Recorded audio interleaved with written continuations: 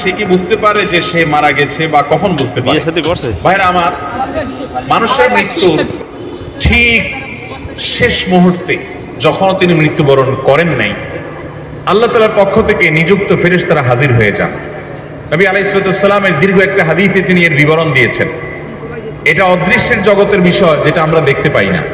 এটা জানার একমাত্র উপায় হলো ওহী। আল্লাহ তাআলা স্বয়ং ওহীর মাধ্যমে নবীজি সাল্লাল্লাহু আলাইহি সাল্লামকে জানিয়েছেন, তার মাধ্যমে আমরা জেনেছি।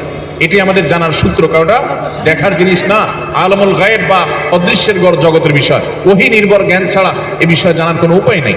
তো নবী আলাইহিস সালামের দীর্ঘ হাদিস থেকে আমরা জানতে পারি, কোনো মানুষ যদি জান্নাতি হন, তার রূহ কবজ করার জন্য ফেরেশতাদের একটা বিশাল দল আসে।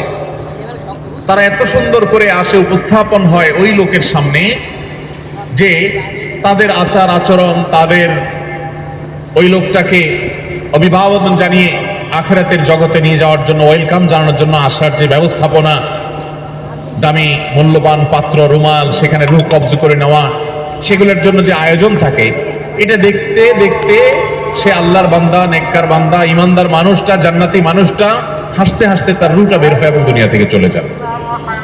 অর্থাৎ খুব আনন্দের সাথে তিনি চলে যান।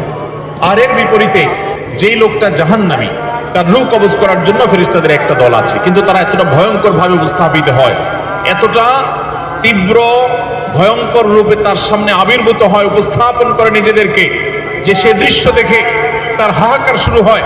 আশেপাশে মানুষগুলো টের পায় না, কিন্তু সে ঠিকই টের পায়।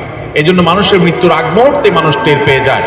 এমনকি যারা ঈমানের উপরে সারা জীবন অটল ছিল, অবিচল ছিল, তাকওয়ার উপরে অটল অবিচল ছিল, হারাম থেকে বাঁচার জন্য সংগ্রাম করেছে সারা জীবন, এই মানুষগুলোকে কোরআনে বর্ণিত আয়াতে বলছে যে তাদের জীবন সায়ান্নে, তাদের রূহ কবজ করার আগে আল্লাহর পক্ষ থেকে ফেরেশতারা তাদেরকে জানিয়ে দেন, তারা উপস্থিত হন, তাদেরকে সুসংবাদ দিতে থাকেন, আল্লাহ খাউফুন আলাইহিম ওয়ালা হুম ইয়াহজানুন, যে তাদের কোনো ভয় নাই, তাদের কোনো পেরেশানি হবে। আল্লাহ তাআলা আমাদের সবাইকে নেক মৃত্যু, ঈমানের মৃত্যু, জান্নাতি মানুষের মৃত্যু আমাদের সকলকে নসিব করুন।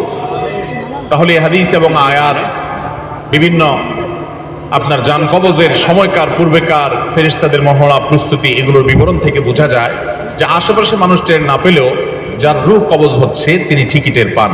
ভালো মৃত্যু, ঈমানে মৃত্যুর জন্য বেশ কিছু আমল আছে ভাই।